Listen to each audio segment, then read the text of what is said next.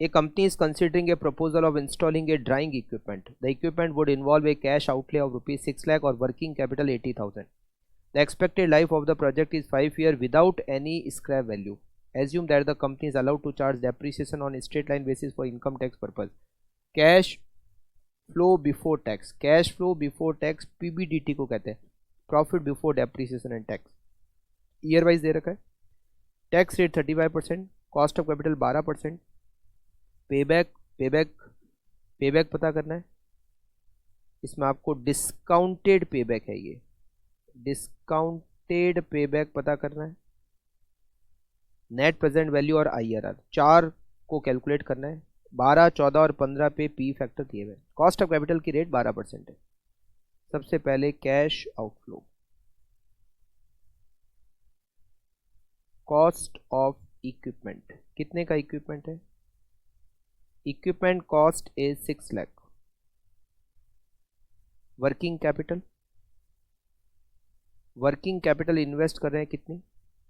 80,000 की working capital invest कर रहे हैं।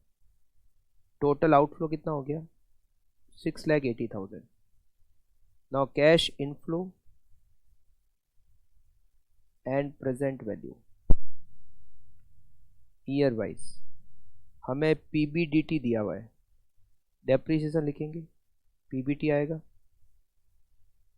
टैक्स लिखेंगे, नेट प्रॉफिट, नेट प्रॉफिट में डेप्रिसिएशन जो कैश इनफ्लो, पी फैक्टर से मल्टीप्लाई करेंगे तो पीवी ऑफ कैश इनफ्लो। हर साल अलग अलग इनफ्लो आएगा, तो 1, 2, 3, 4 और 5।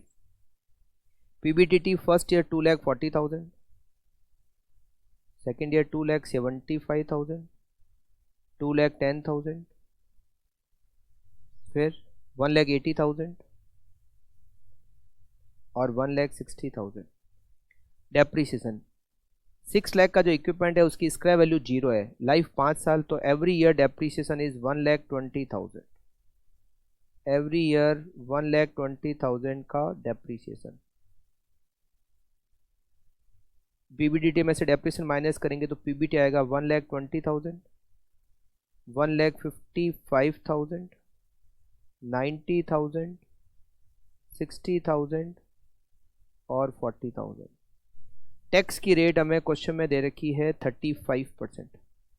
1,20,000 का 35%, 42,000 और माइनस करने के बाद बचेंगे 78,000।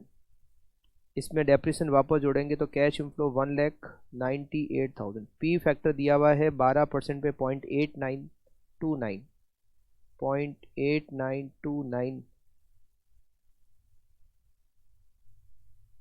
से मल्टीप्लाई करेंगे तो प्रेजेंट वैल्यू 1,76,794। सेकेंड ईयर 1,55,000, इसका 35% टैक्स होता है, 54,250।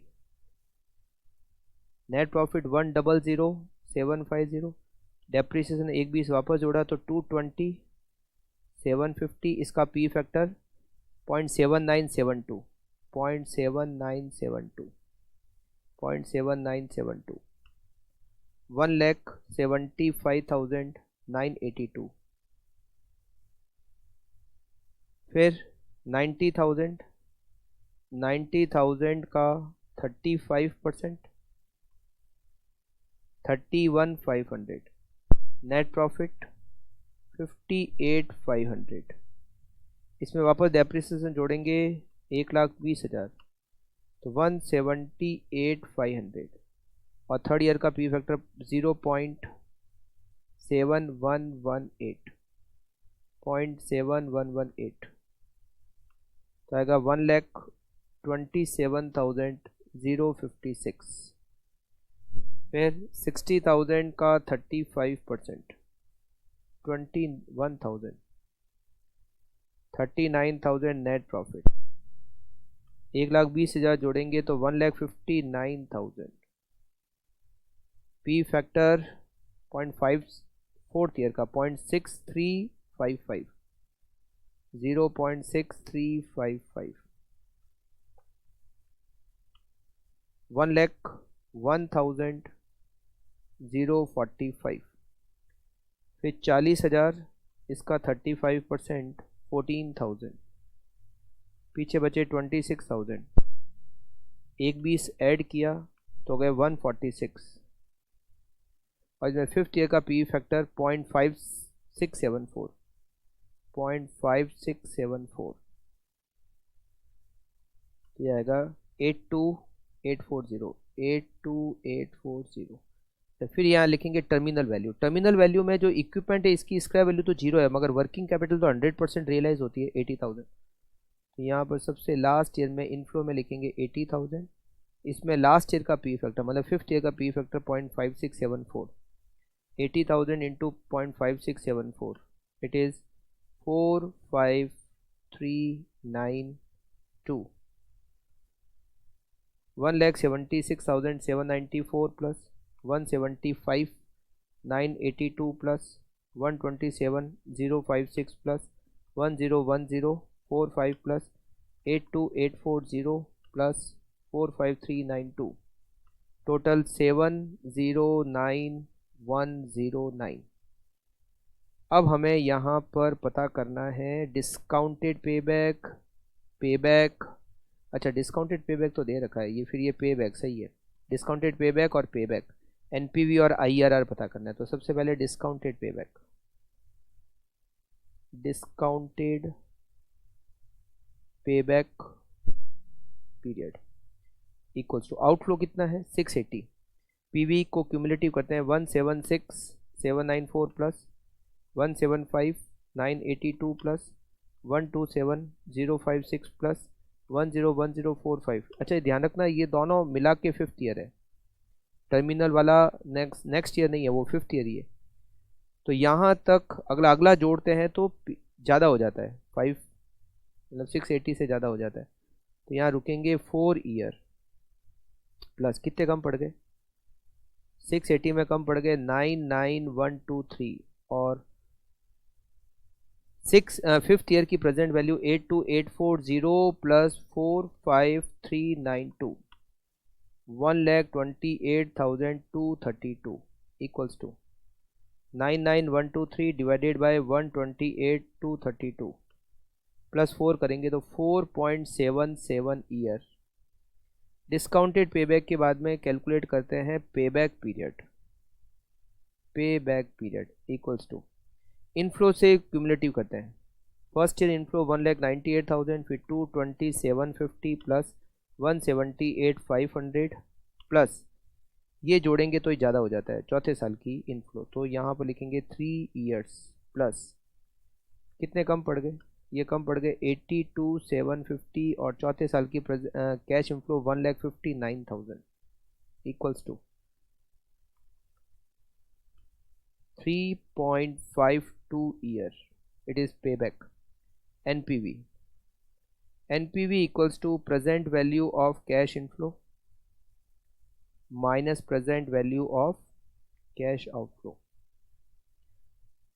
709,109, 709,109 minus 6,80,000, 29,109, it is NPV. Last हमें कैलकुलेट करना है आईआरआर। आईआरआर के लिए वापस से कैश आउटफ्लो लिखेंगे। कैश आउटफ्लो हमारा है 680, cash inflow and present value year 1 2 3 4 5 5, cash inflow first year 198, second year 22750, third year 1,78,500, fourth year 1,59,000, fifth year 146,000 और 80,000। हम ऑलरेडी 12 पे कर चुके हैं, ज़्यादा आ रही है वैल्यू, हमें कम करना है, तो ये हमने 12 पे किया था। तो 12 के आगे क्वेश्चन में हमें 14 पे दिए हैं, तो चलो 14 पे ट्राई करते हैं। 14%, 14% का पी फैक्टर और प्रेजेंट वैल्यू। पी फैक्टर 14%, 0.8772, 0.8772, 0.7695, 0.7695, 0.6750, 0.6750, 0.5921, 0.5921, 0.5194, 5194 और again 5194 present value.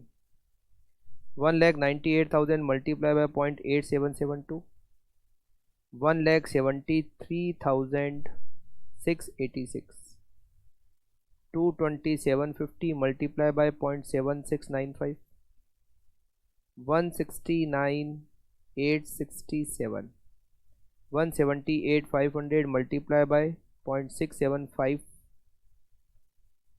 1,20,488, 1,59,000 multiplied by 0.5921, 94144, 1,46,000 multiplied by 0.5194, 75,832 और 80,000 multiplied by 0.5194, 41,552। इन सब की टोटल होती है 6,75,569। अब ये प्रेजेंट वैल्यू जो है 680 से कम हो गई और 12 पे ज़्यादा आ रही थी, तो रेट 12 और 14 के बीच में, 15 की ज़रूरत नहीं है, क्वेश्चन में दी हुई तो है, मगर 15 के पी फैक्टर की हमें ज़रूरत नहीं है। IRR इक्वल टू 12%, 12 और 14 के बीच में 2% का गैप है। 12 की PV और 14 की PV में गैप है 709,109, 33,540, 33,540 का गैप है। हमने किसको बेस लिया? 12। 12 से हमें आउटफ्लो कितना चाहिए? 680 का गैप है 29,109, 29,109। 2 डिवाइडेड बाय 33,540 मल्टीप्लाई बाय 29,109, इसमें प्लस 12 करेंगे तो 13.736% इज IRR।